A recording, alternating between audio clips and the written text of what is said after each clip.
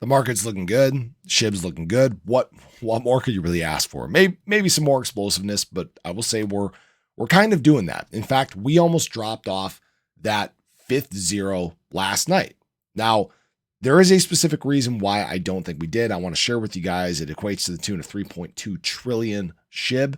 And I want to talk about some mistakes that have been made along the way by some of these whales in the very recent term here. And I think they're kind of realizing this. Now, when we look at the shib chart, again, it's looking very good. We're following this escape pattern out of this opportunity zone. We're back in our long-term channel. Geez, couldn't think of the word. Long-term channel here, which is very exciting. And again, we're just trying to knock that zero off. Now, what happened over the last 24 hours was there was actually 3.2 trillion shib that was moved from an on-chain wallet to exchanges.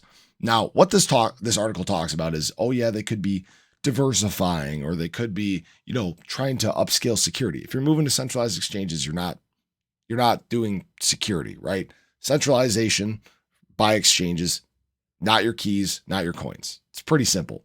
So what this likely was a whale moving some shib to sell it. And realistically, when we look at, what happened over the last 24 hours in terms of shib price, we got all the way up to that point where we almost knocked off that zero and then dealt with some selling. All right. It's probably that whale, for example. Now, the great news is, even though we did get some selling, we showed some strength out of here. We're climbing. We're again still back up in the 5098 range. Hopefully we can continue to show some strength in BTC, continue to set new cycle high, new cycle high, new cycle high. And this may be the push that SHIB needs to, again, continue this escape trajectory and really smash through these levels. All right. Now, what I will say is that over the past week, SHIB whales have made some mistakes. All right. Past week and a half or so. You can see back here on February 5th, the whale holdings, hopefully you can see that, was 612 trillion SHIB. Now, keep in mind, this does include the burn wallet, so it's not totally accurate. But whales actually dipped down to 602 trillion. So they liquidated actually 10 trillion coins. You can kind of see that in the charts here back on the 5th, right? This drop that we were going through. And the funny thing is, we got to a point where retail really started to continue buying. And finally, by what day was it? By the 9th, they're like, okay, we've had enough of this. And they bought back 611 trillion. You can see back up to 612 trillion currently, retail up to 227 trillion coins. So they kind of messed up, and they realized it because we started to rally. And by basically the 11th, they're like, okay, we got to buy back in. We got to get our position back, because you keep doing that. You keep trying to create some fear to get people to sell. But when the sellers are gone, what happens to the price? Price goes up. Plain and simple. And that's what we've been in now. And I talked about this, I think, yesterday or the day before, is that sellers are exhausted. The people that actually want to sell their SHIB, they've sold, they've left. And now what you have is people that are accumulating.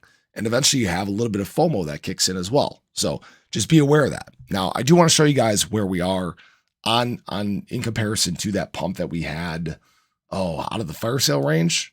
Not looking too bad right here. Again, this was escaping. I apologize about my voice, by the way. This was escaping a much, much lower price range, so it was a little more explosive. But right now, we're looking pretty good, pretty much on pace for this. I'd like to see this just continue to extend on a nice, steady path here. We could get a little more explosive move. Again, this is not financial advice. There's no guarantees. It's going to be heavily dependent on what I think institutional money does, what BTC does over the next week or so.